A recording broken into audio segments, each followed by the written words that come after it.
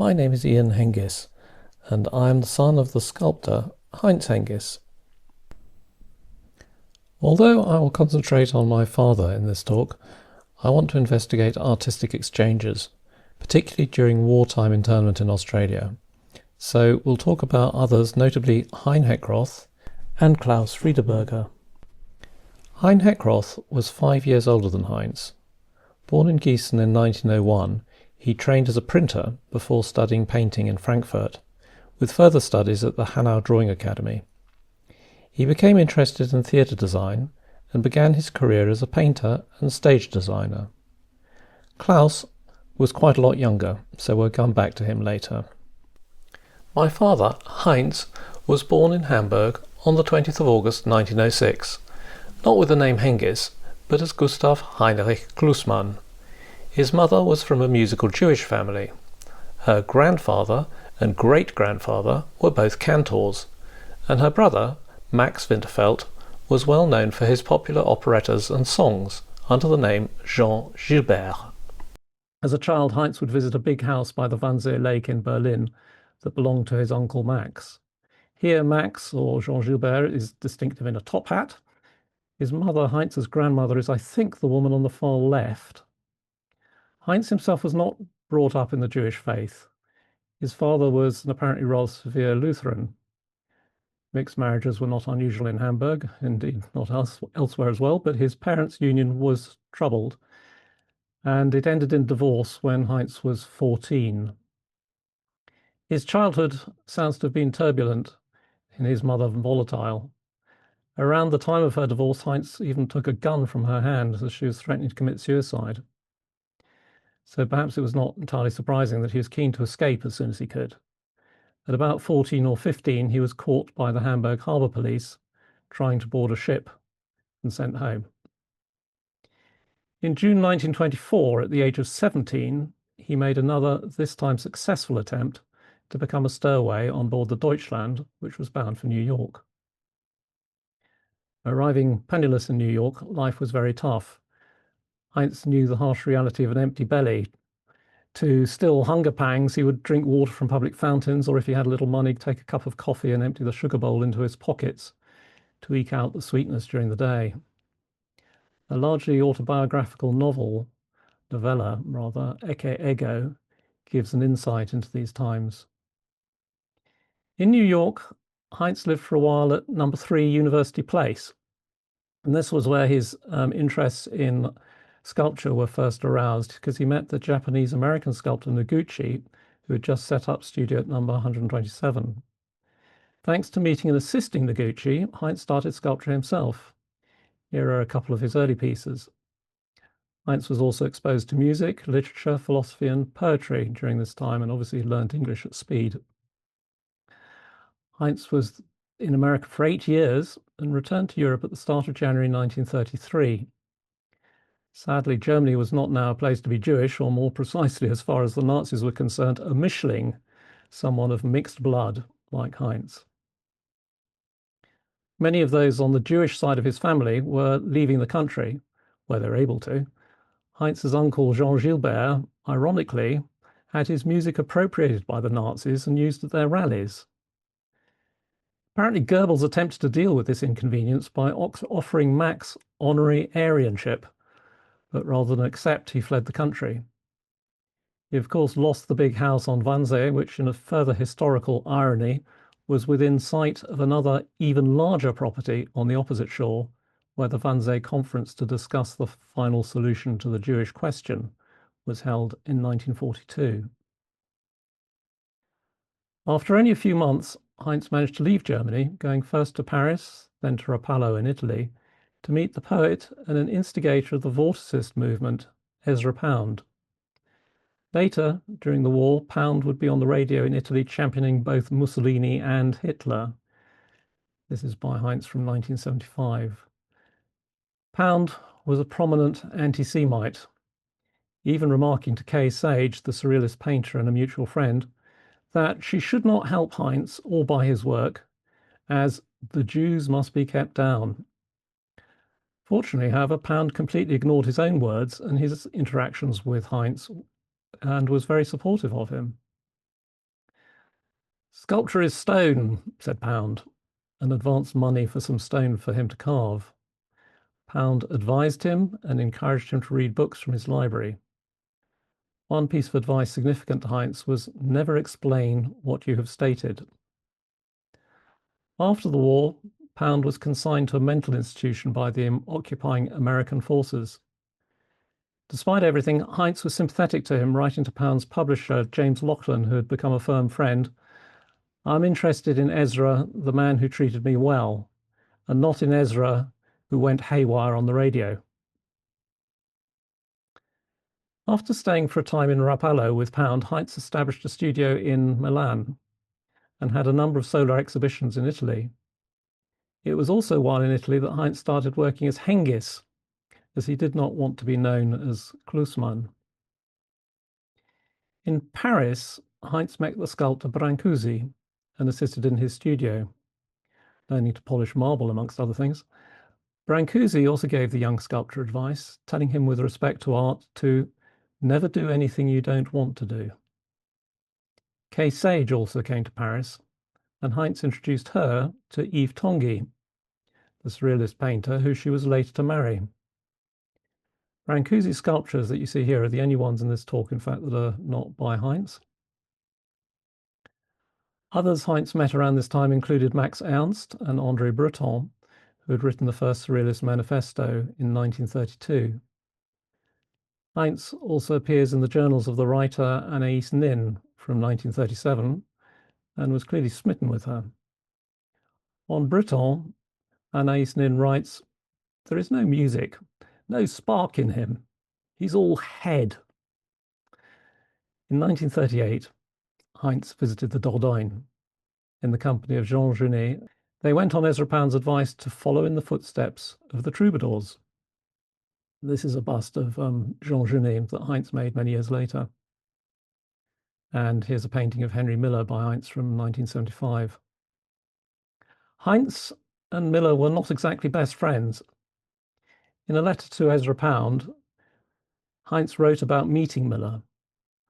"I naturally fought with him at once, since he is precisely as intolerable as I am. He is the most rapacious person I have ever seen. Speaking to him, you have the impression that you are being sucked out and that whatever is not useful to Henry Miller will be thrown aside." 16 years younger than Heinz, Klaus Friedelberger was born in Berlin in 1922 into a culturally assimilated Jewish family. His father was in publishing and his mother had a clothing business. When Klaus was only 8, his parents separated and his father subsequently left Germany for Brazil in 1936. The Trier family were close friends and helped Klaus and his mother following the separation. They helped Klaus to go to the Erde Quaker School in Holland, his mother to leave Germany for England, and subsequently helped Klaus to come to England as well. Initially, Klaus was in Southampton, and while he was still there, his mother, who was in North London, unfortunately died. Heinz Henghes' career was developing in Germany, where he was a stage designer in Münster Theatre. He befriended Kurt Jooss, and in 1932 he was designer for Juss's ballet The Green Table, which was a major success. In 1924, Heinz Henghes married the artist Frieda Diana Meyer, known as Ada. His marriage led to him turning down a teaching position in Dresden. Henghes was not Jewish himself, but the rise of the Nazis meant that a condition of employment would have obliged him to leave his Jewish wife. Instead, he and Ada fled to Holland, then France, and finally to England in 1935. My father Heinz had also come to live in London, arriving in October 1937. A few days later, he wrote to Ezra Pound, reporting on some of the people that he had met as follows. "There seems to be a lot going on. Met Barbara Hepworth, Ben Nicholson, and Sandy Calder, also Gabbo, and saw Adrian Stokes, who is on his way to Venice now. I'm invited to a party at B. Hepworth's and hope to meet Herbert Reed there." In due course, Heinz was featured in Living Art in England and had exhibited at Peggy Guggenheim's gallery in Cork Street. The diarist Joan Wyndham first met Heinz at a party in Chelsea in October 1939. She wrote, "He came over and sat beside me on the floor. Such a strange, intriguing voice.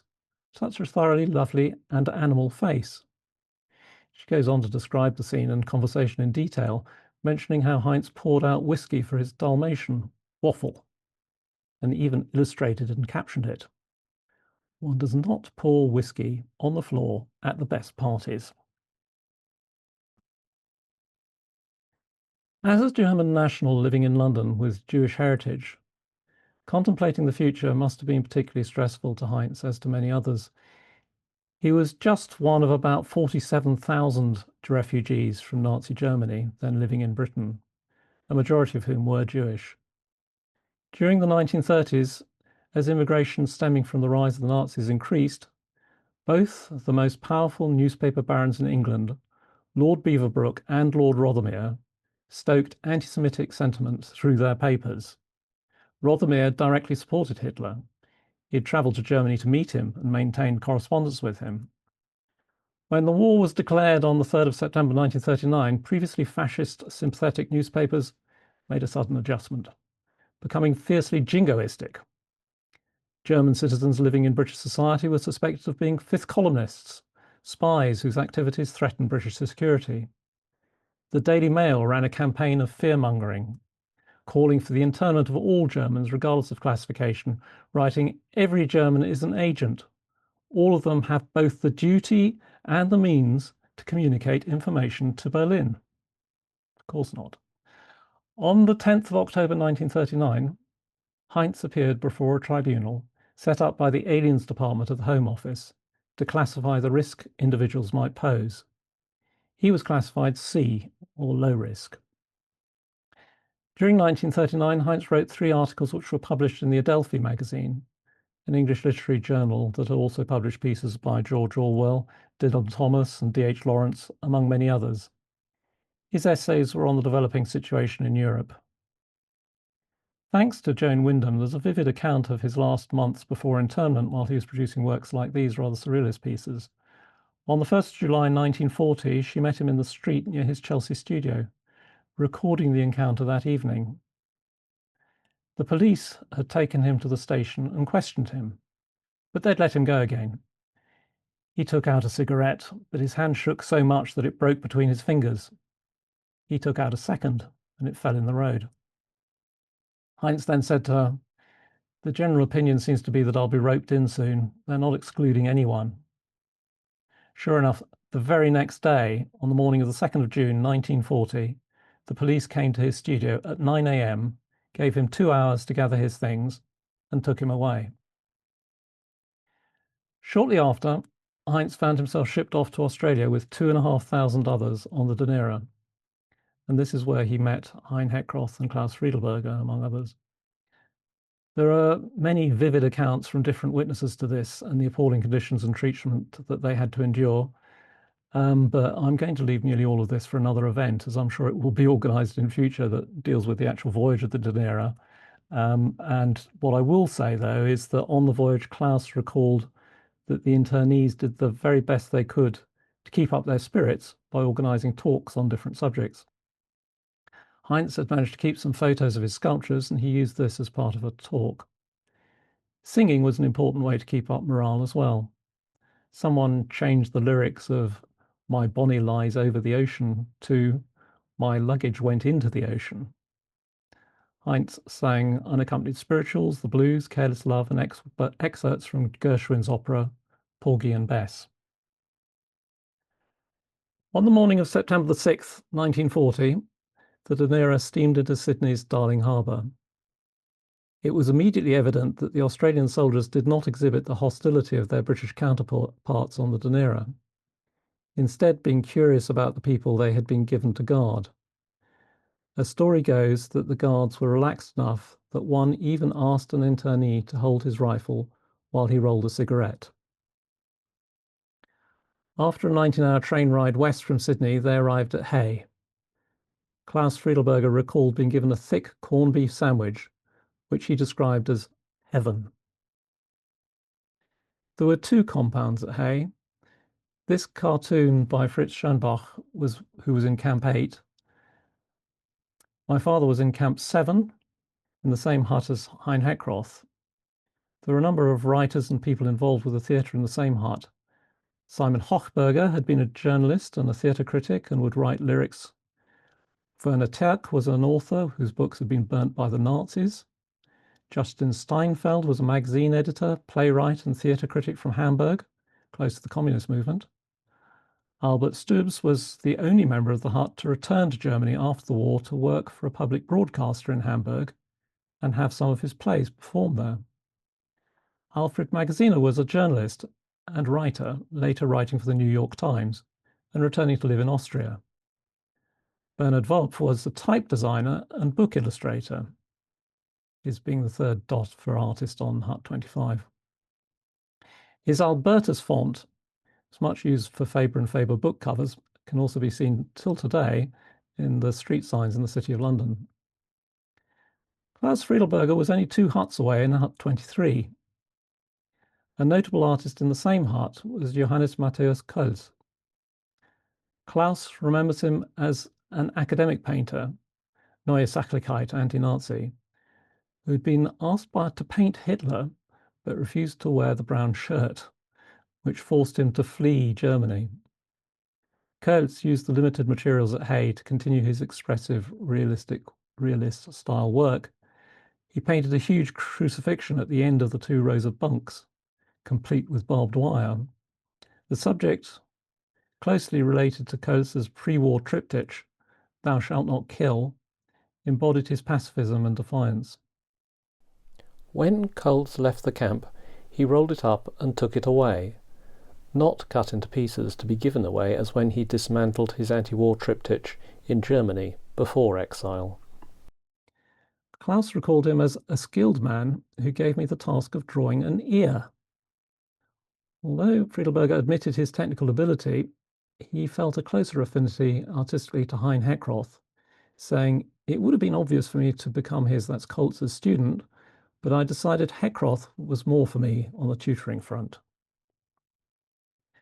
There were more artists in Camp 7, notably quite a cluster in Hut 26, including George Teltscher, later known as George Adams, and Erwin Fabian. Teltscher was from Vienna. He had an education in design and was a Bauhaus student. He became a theatre set designer before moving to England. While at Hay, he made numerous drawings. His training offered him the opportunity to spend time outside the camp as well, painting a no parking sign for the Australian Army. This apparently he used to his advantage, painting only 1 letter a day. Erwin Fabian was born in Berlin in 1915 into an artistic family. His father, Max Fabian, was a painter. Fabian trained in art and design, and he and Klaus became lifelong friends. They both moved some years after the end of the war to England. Fabian was the one person whose opinion on his art Klaus most respected in later years. A Camp 7 theatre was founded by Hut 25's Simon Hochberger. 2 months after their arrival in Australia, they produced a play with music called Hay Fever. A stage curtain was designed by Hein Heckroth and Klaus Friedelberger. A handwritten programme was produced by Hochberger. Heinz, listed as Klusmann rather than Henghes, as this was still his legal name, was part of the entertainment. In March 1941, he also took part in a show without a name, singing folk songs. Hein Heckroth and Heinz also wrote a play together, Take Back Your Gold. Sadly, there is no more information about this than the production design by Heckroth. On this, you may just make out his internment number at the foot, which is E39707. As for his sculpture, clearly all the materials and tools he used were not available to Heinz in Hay, but he managed to make some wood carvings in the local dark red gumwood, which are now assumed to be lost. Though a drawing in the British Museum collection gives an idea of the kind of thing he may have created. Klaus Friedelberger told me he remembered a lens grinder from Berlin called Mayer in the camp. One day, Klaus was present when Mayer was walking past Heinz, who was carving a sculpture. Mayer commented wryly, "Doesn't it fit in the stove yet?" Klaus consider this a good example of dry Berlin humour. Klaus found Heinz somewhat forbidding, with long dark hair, though impressive in the younger man's eyes. He described him as a bit distant, absorbed in his thoughts. It seemed unlikely to Klaus that a man like Heinz would sing, but he said he did this very well. He described Heinz Henghes as very different to Heinz, a big, outgoing, noisy man and a born teacher. He gave drawing classes that Klaus participated in. I have a short video clip of Klaus which gives a sense of what his classes were like. The Heckrot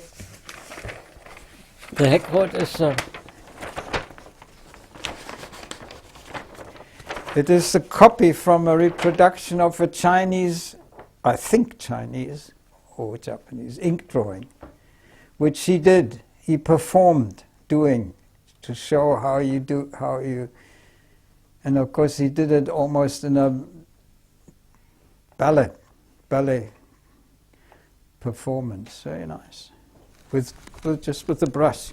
Didn't take him 2 minutes.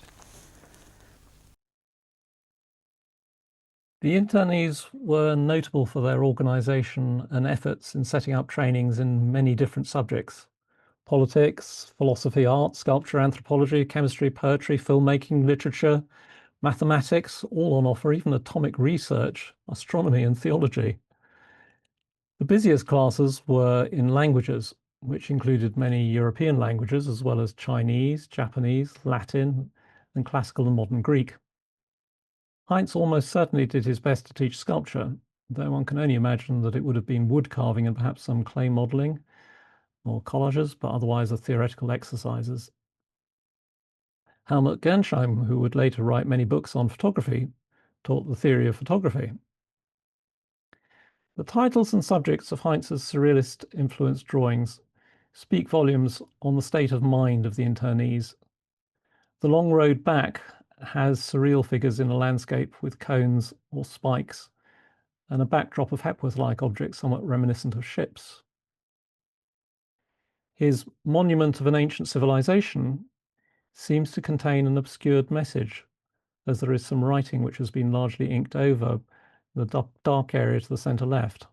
Heinz gave this drawing in the 1950s to his friend, the painter Prunella Clough. Larvae, to my mind, expresses the constriction of internment in a rather surreal form, the larvae being injected of unknown potential, facing an uncertain future.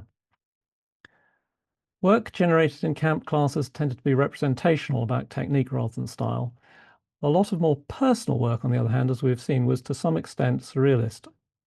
Klaus described surrealism as a kind of glue among the artists, where realistic elements in unexpected dreamlike scenarios.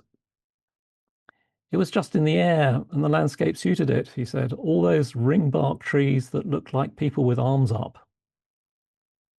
Heinz Henghes especially was described as a genuine surrealist, and camp announcements and notices like this might adopt surrealist motifs, both for impact and humour. Surrealism may have been the glue, but Klaus said German expressionism was in his blood, and it would have formed a powerful backdrop for the artists. This movement, with its focus on dramatic, emotional, and sometimes distorted forms, had a deep influence on them all. Several internees were trained at the Bauhaus, notably George Telcher, who brought its teachings to the camp, particularly about colour theory and design. The Bauhaus influence encouraged clarity, functionality, openness to new materials, and interdisciplinary practice. Later known as George Adams, he would lecture on the Bauhaus when back in England. A currency was issued in Camp 7, designed by George Telcher in 2 shillings, 1 shilling and 6p denominations. We're here because we're here because we're here because we're here can be indistinctly read in the barbed wire surrounding kangaroos and other motifs. A Sydney newspaper published a reproduction of a note which attracted the attention of the law.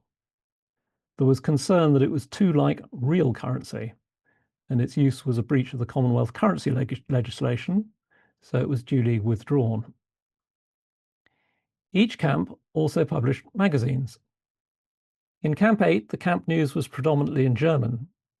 Writers with a generally socialist outlook supported German resistance in the other Germany.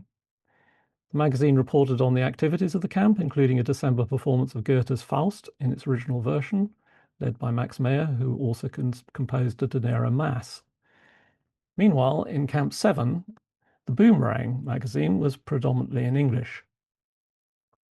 A leading article entitled Our Future included the following passage. In order to succeed against tremendous odds, we shall have to break away from our German-trained mentality, pair off all that is too ostensibly continental in our behavior, and adopt the American or English outlook on life. The activities of the internees were not uniquely social and educational, of course. Life in the camps could be harsh, with winds blowing dust into the huts and flies ever present. An occupant of Hut 25, Ejan Rosenberg, who worked as an architect on his return to Britain, constructed an elaborate net around his bunk to help keep the flies out. Seeing this, some of the others in the hut caught flies and deliberately fed them into the net to annoy Rosenberg. They were apparently all too successful in this, but all I can say is hopefully this did not sour the hut atmosphere for too long. Loss of freedom is hard to endure. Letters and representations to authorities were written by the internees, but for some months there were significant obstacles due to lack of money for postage and writing material. In December, internees were issued with official ruled notepaper, 22 lines long, and had to restrict themselves to this. Letters were also stamped prisoners of war. Erich Stadlin, the pianist Peter Stadlin's brother, wrote, "You cannot imagine how depressed the men are about this measure. The injustice of being labelled prisoners of war, enemies, rather than refugees, was only progressively understood and addressed by the authorities."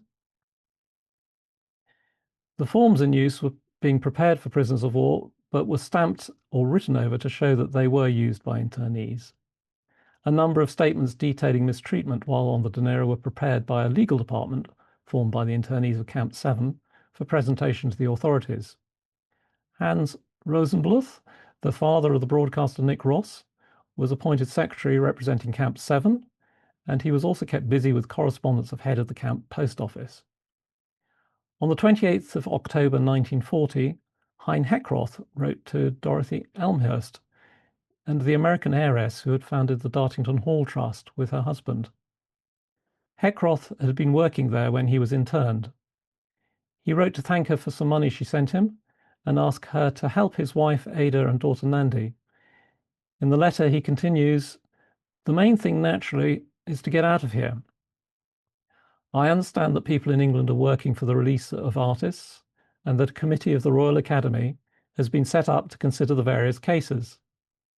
Can I ask you to submit mine and that of a friend for them? The friend of whom I speak is H. Klusmann, who is known as the sculptor as Henghes. If you will mention his name at the same time as mine, I should be grateful. You can obtain detailed information about him from Herbert Reed." I had, in fact, understood from my mother that Herbert Reed was instrumental in helping my father to get early release. This association should have stood him in very good stead, as Reed was later to publish a definitive history of modern sculpture in 1964. Sadly, however, in 1959, in an article for Architectural Design, Heinz was critical of what he called Reed's elitist view of art, and thereafter found himself written out of history. Another letter was sent by Justin Steinfeld, who was in Hut 25 with Heinz, to the Poets, Essayists and Novelists Association in London, asking that they intercede on behalf of the internees. He wrote as follows: "It is impossible for me to know each single man of those interned here, but I know definitely that we are all refugees from Nazi oppression, that we are all friends of the British nations, that we all stand in loyalty to the British government. It is a grave disaster that so great a misunderstanding should be prevalent in this matter. I beg you to accept my word of honour that with all this, I'm expressing the truth. There was, in fact, such a volume of correspondence around internment being processed by authorities back in the UK that Osbert Peake was to say in Parliament that the release of those who fall within the categories, and this is speaking of eligibility for release categories, would be greatly accelerated if correspondence could be somewhat diminished. Representations, especially from those back in England, did have an impact, and Major Julian Layton, a British government envoy, was duly dispatched in January 1941 to review the status of internees in Australia.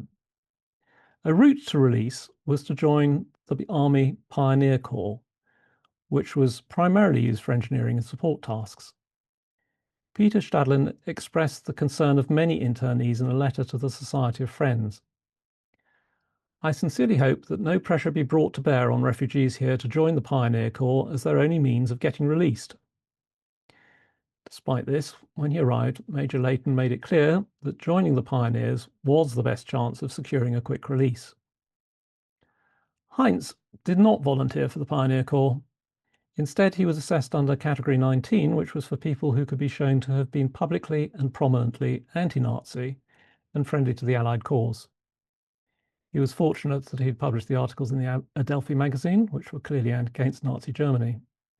This, combined with supportive statements, meant that he was classified as eligible for special release by the Category 19 Committee on the 26th of March, when they met in London. The special release suggests he did not entirely meet the criteria, there was a marginal note, but that the committee were nevertheless satisfied that he should be released, probably thanks to testimonies that had been received. By the way, this drawing is dedicated to Roland Penrose.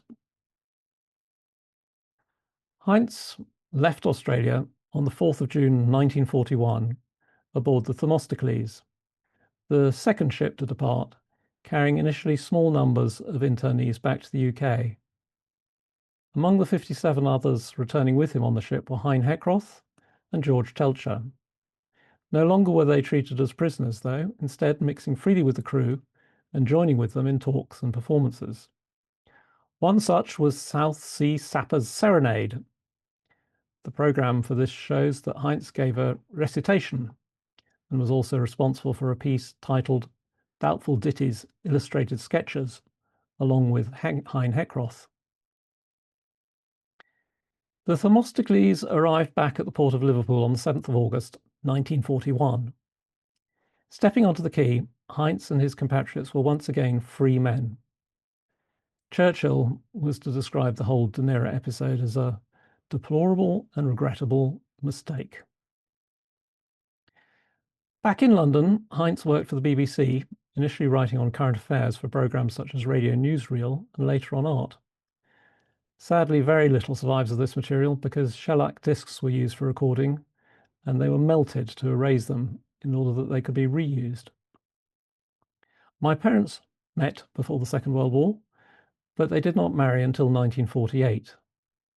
At some point before then, while the war was still raging, my mother, Daphne Gow, who was a ballet dancer with the Ballet Rambert, went round to see Heinz, who had shut himself away in his studio. He had not been out for some days, and she found him very depressed. She discovered the reason to be that he had learned from working at the BBC about the Nazi concentration camps. I'm not sure if he ever knew that 2 of his aunts were killed at Auschwitz. What he surely did know was that his father died in the Allied firebombing of Hamburg. Heinz and Daphne would meet up with Hein and Ada Heckroth frequently in the following years. Heckroth was now working as art director on films for Powell and Pressburger. This is one of his studies for The Red Shoes from 1946, which he gave to Heinz. After The Red Shoes, he worked on The Tales of Hoffmann, also with Powell and Pressburger, and was then art director for Alfred Hitchcock on Torn Curtain. Klaus Friedelberger remained in Australia until 1950. An art prize then enabled him to return to Europe and further his studies. For some years, he intended to return, rebooking a return ticket every year. But after meeting his wife, Julie, in Italy, while they were both travelling, They made England their permanent home. Erwin Fabian also lived in the UK for a number of years from 1950, allowing the friendship with Claus to continue. Even after he subsequently returned to Australia, he would travel back and visit, while exhibiting in both countries. Claus was developing his own art, working with bright oils, notably on the theme of children at play. He then transitioned to monochromatic abstract pieces with a strong sense of dimensionality. He was interested in paint itself and what could be achieved by mixing pure white and black, only reintroducing colour later in his life. He also worked in commercial design, as well as teaching at the London College of Printing. After the war, Heinz became a sculpture tutor at the Royal College of Art under Frank Dobson, and took part in a range of exhibitions, including Sculpture in the Home, the Battersea Park exhibitions, and the Festival of Britain, which Telcher and Heckroth were also involved with. Heinz, though, was not one to choose a comfortable existence. He needed to feed his thirst for experience, for intellectual and creative discovery. Shortly after, he moved to France again in 1953, and he wrote a letter to Ezra Pound about his decision to leave England. In it, he said, "I just couldn't stand the slow surety of it all, the safety of it all, the sensibleness of it all. So I kicked it in the teeth." The discovery of the prehistoric cave of Lascaux and the remarkable art it contained had drawn Heinz back to the Dordogne. For a few years, he took students from the Royal College of Art to visit the cave. From 1948, my parents had a summer house near the village of Saint-Léon, and then they moved to live in France, and they found another house on a hillside overlooking the Vézère river valley, where there was a spring providing water, a barn for a studio, land for goats, chickens, and a large vegetable garden, and a fantastic view over the river. Indeed, one can see the site of La Madeleine, which is a prehistoric site that has lent its name to about 5,000 years of human prehistory from the house. Prehistoric art fascinated and inspired Heinz, and he soon befriended prehistorians, including Helen Movius, a Harvard professor who had a dig 5 kilometers away in Lizy and was to become my godfather, and the Abbé Henri Breuil, who was a particular authority in prehistoric art in the region. In 1964, when I was 5 years old, we moved back to the UK, as Heinz had been appointed head of fine art at Winchester School of Art. Heinz was a challenging teacher, to the point that he could easily be taken to be antagonistic. For those who engaged with him, however, he was hugely influential. He enjoyed the spirit of the 60s and the experimentation with new materials and forms, making many works that were unlike anything that he had done before. Heinz did not believe in absolute or ultimate works, seeing instead an opportunity for creative exploration. Neither did he believe art to be inherently elitist, seeing it instead an opportunity for creative exploration. Ultimately, by the time of his retirement in 1973, however, he returned to sculpting stone, especially white Carrara marble, much favoured through the ages by sculptors, particularly concentrating on the abstracted human form. Asked for a common theme in his work, he would say it was concerned with man in nature and nature in man. Commentary on individual works was not something that Heinz indulged in. I like it, or I don't like it, was quite response enough. Ezra Pound's advice to never explain what you have stated clearly stuck. I'll end with a mention of the Liverpool poet Brian Patten, who died recently. Brian met Heinz in Winchester and dedicated a volume of his poetry to him. He also wrote at least 2 poems about Heinz that I know of. After my father died, I had a brief exchange of letters, and I'll read an extract which gives a sense of how I also remember Heinz. Brian wrote, "Heinz lived by his own light. I remember the studio, cold and damp, by the cathedral. It looked like the kind of place a student could live in. very undomestic. An unmade bed, a bottle of wine, unwashed cups, and centre stage, the work. Well, thank you everyone for your time listening to this. I should mention that there is a website about my father at henghes.org. There's a book you can download online by Sigrid Ruby and others about Hein Heckroth. And next year, we're very much hoping there'll be a book about Klaus Friedelberger. It's being written by Monica Sidhu. And there you also have the email address for the dunera.org.uk organisation that I'm a member of, and I hope you'll increasingly join. That is for people interested in this particular episodes. And if you just go for dunera.org.uk without the info at, you will find the website and be able to sign up. So I'm going to stop my screen share at this point. There we go. Ian, that was fabulous. Thank you so much. So interesting. Thank you for sharing your dad's story and art, and just wonderful. Thank you so much. I'm sure it touched everybody, and I'm hoping now we've got a few questions out there. I'm just going to scan the gallery. You're on Spotlight. Let's see if anyone has a hand up for a comment. I know some people have their screens off. Eva. Hi, Eva. You want to unmute? Nice to see you. I just wanted to say that was such an extremely interesting talk, and I have a particular interest in one of the artists of who was on the Dunera, and you did show two of his pictures, and that's Ludwig Hirschfeld Mack. And I don't know if people might be interested. There is one of his pictures in the museum, in the British Museum. But he is actually the great-grandfather of my daughter-in-law. So it's all rather involved. But I've learned quite a lot about him. And a book was written about him, which is called More Than a Bauhaus Artist. And it's by Rezi Schwarzbauer and his own son, Chris Bell. And the people might be interested to know that Ludwig remained in Australia after the war, and he was taken out of Hay by the headmaster of Geelong Grammar School, because he'd heard that he was a well-known artist, and he remained teaching in that school for the rest of his active life, and then he remained there. That's all I want to say, but I did find your talk very, very interesting, and I thank you. Yeah, Hirschfeld Mack was a remarkable artist. The reason I didn't say more about him was I believe he was in Camp 8, and I was concentrating on the people that my father came more directly into contact with. Sure. No, I understand.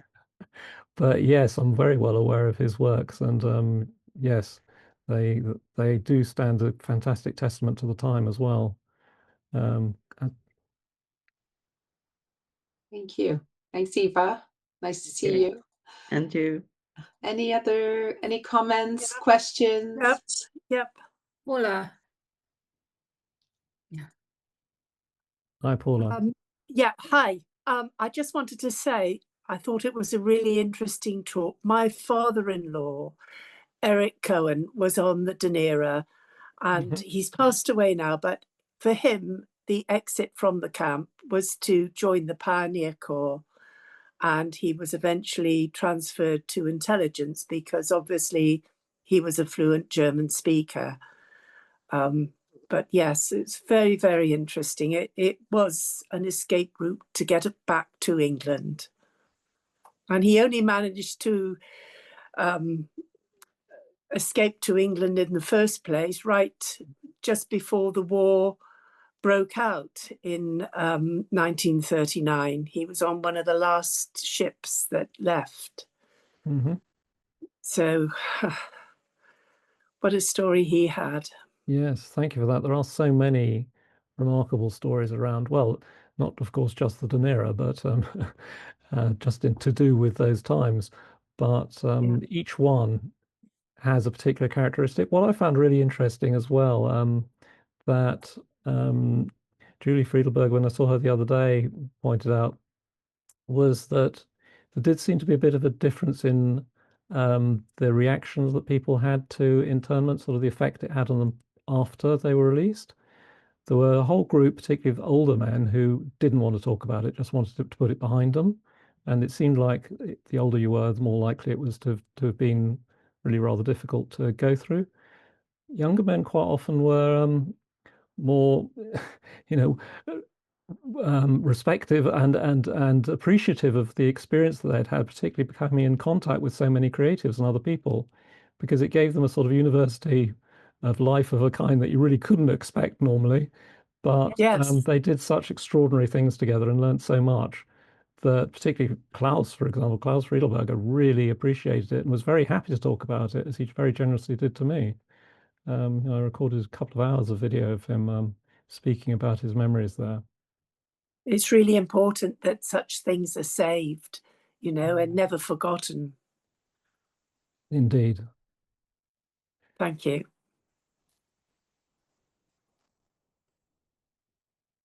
I've got a question that's in the chat from Rachel. She asks, have you come across a sculptor called Bruno Simon on the Dunera? Do you know? I'm not sure I have. Bruno Simon. I'll have to look up the name. I wonder if you happen to know which camp he was in. I don't know which camp he was in, but I Mm, know he went on the Dunera, and I know he came back to England, and he was a friend of my parents, and right. he was written about by a woman, a Quaker woman who was the sponsor of my father to get him out of Vienna, and she mentions Bruno Simon leaving his sculptures at her house during the war. Yeah. And he came back afterwards and must have got them. But I'm particularly interested to find out anything more about him if I can. And I Googled him, and he was on the Dunera and was quite famous as a sculptor in Australia. I don't Good. think he did anything as beautiful as your father. Well, do if you haven't already, sort of join the Dunera mailing list, because there I are will. people on that group who are much more knowledgeable than I, Yeah. Okay. particularly about what happened to different people and where they were and all of this sort of thing. I So you shall. may find the further sort of links through that. Thank Hi. you. I don't know if you can hear me. Yes. Yes, I just wanted to come in there. My name's Sarah McDougall. I'm from Ben-Uri Gallery, and we have Bruno Simon's work, and we're very aware of his story, and I have researched him a bit. Oh, And again, he's one of those artists who, a bit like the ones we've heard about tonight, had this very peripatetic life. And he stayed for a time in Australia and won a sculpture prize there. And in fact, the works that he won the prize with, he brought to Britain, and they're now in the Ben-Uri collection. But he then sort of travelled about. He spent a lot of time in Italy. It took a long time to actually find out where he died, but he did actually die in Italy eventually. So I don't want to take up too much of everyone's time, but if I can help at all, please do get in touch with me at Ben-Uri. Excellent. I'd like to do That. that. I'll try that. Thank you. Great. Thank you, Sarah. Thank Bruce, you. did you want to say something? Hi, my name's Bruce Barnes. My father, his birth name was Gotthard Warmuschwinner. He was, I gather, in Camp 7 and Camp 8 at Hay. He wasn't so interested in visual arts. He did have an interest in music, so he remembers Rabbits and Landau being in the camp and going to their performances. When he returned to the UK, he was initially in the Pioneer Corps, and from there he was recruited to a secret commando regiment called X Troop. and recently a history of X Troop has been written by an American academic. If people want to know the author, you'll have to wait a minute while I grab the book. But he certainly curiously enjoyed being in at Hay. He'd had his university education cut off by internment. He was studying at Manchester University structural engineering, and he returned to that after finishing his service with the Commando Regiment. And then he lived in London, worked as a structural engineer. My family then moved to North Yorkshire, and sadly he passed away there in 1984. Well, I trust you're on the Dunera mailing list, because it definitely should be, Bruce. Thank you for that. Yeah, I believe I'm on the list. I've asked to be put on. Yeah, the author of the book that you just mentioned is Lee Garrett. I can see Diana holding up the book cover. That's it. It's Lee Garrett's book. Thank you. Yeah. Thank you, Bruce. Lovely. And I think we'll take one more. Mona, did you want to ask something? Yes, thank you. Ian, I wanted to ask you how aware you were of the Dunera and your father's past, during his lifetime, because I think you were probably quite fairly young when he passed away, and what that journey of discovery was like afterwards for you. Can you speak a little bit about that? Yeah, no, the journey of discovery has been extraordinary for me, because he died, like you say, when I was 16. All I knew about him in terms of his past was, in Australian past, was that he had been there, full stop. Not that he was interned, nothing at all. I just knew he'd been to Australia at some point. But he wasn't one to talk about the past.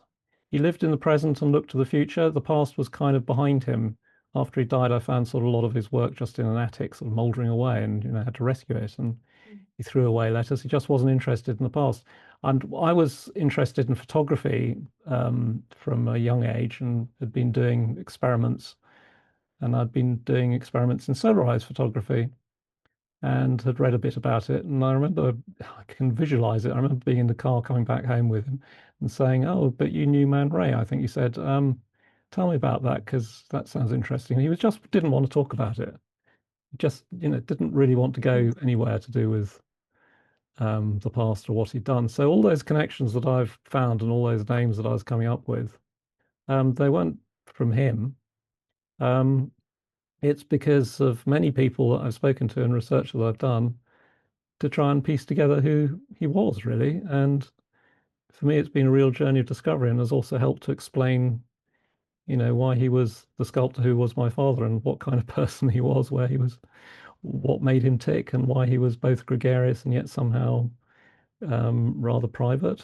That doesn't seem to work, but it kind of did in him.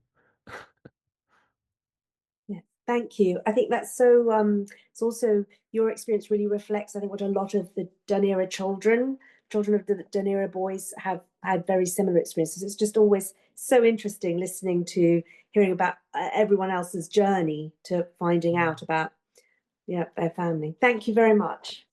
Yeah, no, I should just add that it was only because at the centenary of his birth back in 2006, putting on a couple of exhibitions, one at the England Gallery and one at Orleans House. And, the first question was, well, so what can you tell me about him? And I just went, well, he was born in Germany. He, I think, had been in Italy and in America, and knew so little. It's unbelievable, really, how little I knew. But so I realized that I had to have the story, because people, in a way, don't appreciate what they're looking at without a bit of backstory if they ask, and I had to be able to provide it. and I didn't have it. So many people helped provide it. I can see Jenny's on the call. She was one of the people who helped to provide a background to, who he was and what the story was about, and get just this understanding of this person who I knew obviously very well, but at the same time was a stranger. So it was rather an extraordinary journey to go on, but certainly one that I've appreciated and has helped me discover about myself as well. Thank you for asking that. Yeah, amazing. Thank you so much, Ian. I think we're going to wrap it up, but Ian, thank you so much for coming on this evening. It's been absolutely fascinating. Alan, did you want to say anything before we go? I'm in a bit of a public place and it's a bit noisy, so probably best not. But I have to say it was absolutely fascinating. And I do believe that we in the Dunera Interest Group have a lot to offer. So if you're not a member, please join. It's something that we're going to continue to develop and work on. So new ideas and new people will make a great opportunity even greater. Yep. So thank you, Ian. Thank you, AJR. And I'll go on to mute because I don't know whether you can hear me in the background noise. Thank you very much. Yes, just to remind you, it's dunera.org.uk. Amazing. And if anyone hasn't written that down and you want to know that information, you can email Karen Diamond or myself at AJR and we'll let you have the information. So thank you again, Ian. It's been a great pleasure. And Alan, thank you so much. And thank you everybody for coming on this evening. I hope you've really enjoyed it. Brilliant.